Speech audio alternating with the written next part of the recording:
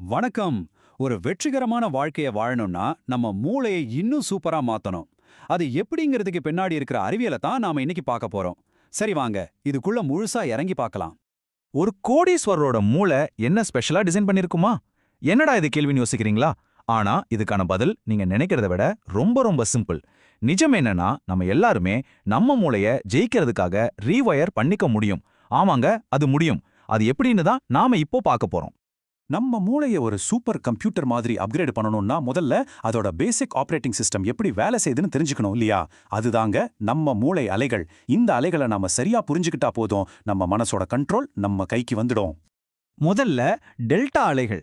இது நம்ம மூளை ஒரு கார்ல நியூட்ரல் கியர்ல இருக்கிற மாதிரி. அதாவது எந்த கனவும் இல்லாத ஆழமான தூக்கத்துல இருக்கும்போது நம்ம மூளை இந்த நிலையில தான் இருக்கும். இந்த நேரத்துல தான் நம்ம உடம்பு தன்னைத்தானே சரி செஞ்சு அடுத்த நாளுக்கு ரீசார்ஜ் பண்ணிக்குது. அடுத்தது ரொம்ப ரொம்ப சக்தி வாய்ந்த தீட்டா அலைகள். தூங்க போறதுக்கு முன்னாடியும் காலையில எந்திரிக்கிறதுக்கு முன்னாடியும் ஒரு மாதிரி அரை தூக்கத்துல இருப்போம் இல்லையா? அந்த மாயமான நேரம்தான் இது.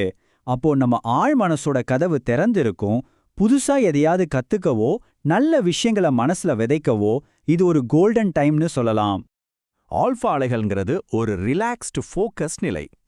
கண்ணை மூடி அமைதியா உட்கார்ந்திருக்கும் போதோ இல்ல லேசா தியானம் பண்ணும்போதோ இந்த அமைதியான விழிப்புணர்வை நம்ம உணரலாம். மன அழுத்தத்தை குறைச்சு மனசை ஒரு சமநிலைக்கு கொண்டு வர இது ரொம்ப முக்கியம். கடைசியா பீட்டா அலைகள். இதுதான் நம்மளோட daily on mode.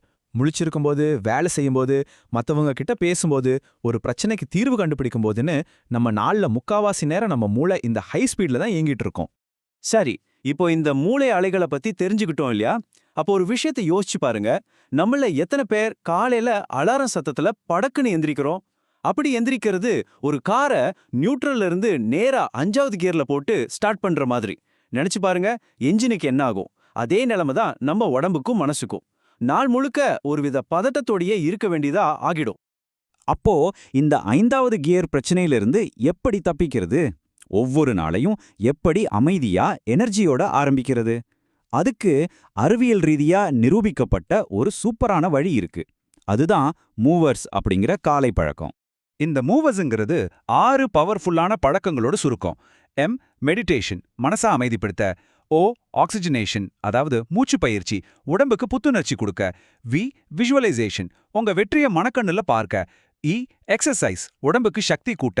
R reading, நல்ல விஷயங்களை படிக்க. கடைசியா எஸ் ஸ்கிரைபிங், உங்க எண்ணங்களை எழுத.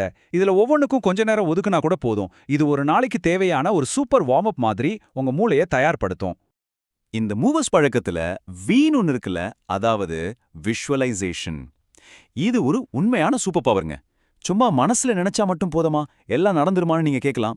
ஆனா உங்க மனசு நினைக்கிறத நிஜமா மாறும்னு சொல்றதுக்கு ஒரு அசத்தலான அறிவியல் ஆதாரம் இருக்கு. வாங்க அதை பார்க்கலாம். இந்த ஆய்வு உண்மையிலே ஆச்சரியமா இருக்கு. பாருங்க, ஒரு குரூப் 3 மாசத்துக்கு நிஜமாவே பியானோ வாசிச்சு பிராக்டிஸ் பண்ணாங்க. இன்னொரு குரூப் பியானோ வாசிக்கிற மாதிரி மனசுல கற்பனை மட்டும்தான் பண்ணாங்க. ரிசல்ட் என்ன தெரியுமா? 3 மாசம் கழிச்சு பார்த்தா 2 குரூப்போட மூளையிலையும் பியானோ வாசிக்கிறதுக்கு தேவையான நரம்பு இணைப்புகள் கிட்டத்தட்ட ஒரே மாதிரி வளர்ந்துருந்துச்சு. இதிலிருந்து என்ன தெரியுது? நம்ம மூளைக்கு எது கற்பனை எது நிஜம்னு வித்தியாசம் தெரியாது. மனசுல செய்யற பயிற்சி நிஜமாவே நம்ம மூளையில மாற்றங்களை உருவாக்குது. இதை எல்லாத்தையும் சுருக்கமா சொல்லணும்னா இந்த ஒரு வரி போதும். வெற்றிங்கிறது வெளியில நடக்கிறதுக்கு முன்னாடி உங்க மனசுக்குள்ள நடக்கணும்.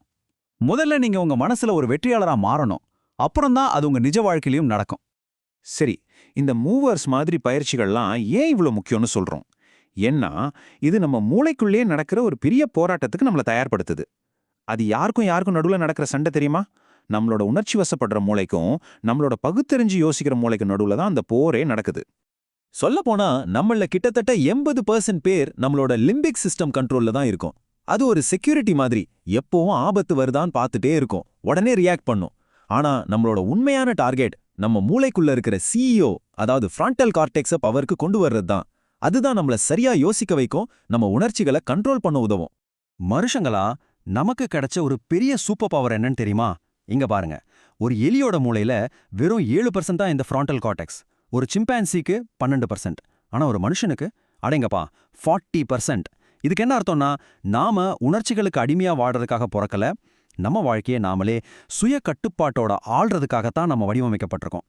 இப்போ எல்லாத்தையும் ஒன்னா சேர்த்து பார்க்கலாம். நாம தினமும் செய்யற இந்த மூவர்ஸ் மாதிரியே ஒவ்வொரு பயிற்சியும் நம்ம ஃப்ராண்டல் கார்டெக்ஸ்க்கு, அதாவது நம்ம உள்ள இருக்கிற சிஓவுக்கு நாம கொடுக்குற டெய்லி ஒர்க் அவுட். எப்படி ஜிம்முக்கு போனா மசில்ஸ் வளருதோ அதே மாதிரி இந்த மனப்பயிற்சிகள் நம்ம கண்ட்ரோல் பண்ற திறனை அதிகமாக்குது. இப்படிதான் நாம நம்ம வாழ்க்கையோட டிரைவிங் சீட்டுக்கு வரோம். சரி, மூளையை ட்ரெயின் பண்றது, கண்ட்ரோல் எடுக்கிறது இதெல்லாம் ஓகே. ஆனா இதோட கடைசி நோக்கம் என்ன? இந்த பிரெயின் ட்ரைனிங்கோட உண்மையான ஆழமான அர்த்தம் என்ன? அதை தான் இப்போ நாம பார்க்க போறோம். சும்மா யோசிச்சு பாருங்களேன். ஒரு சராசரி மனுஷனுக்கு ஒரு நாளைக்கு 50,000க்கும் மேல எண்ணங்கள் வருதாம். இது எவ்வளோ பெரிய மன ஆற்றல்! ஆனா இந்த பிரம்மாண்டமான சக்தியை நாம எதுக்காக செலவு பண்றோம்?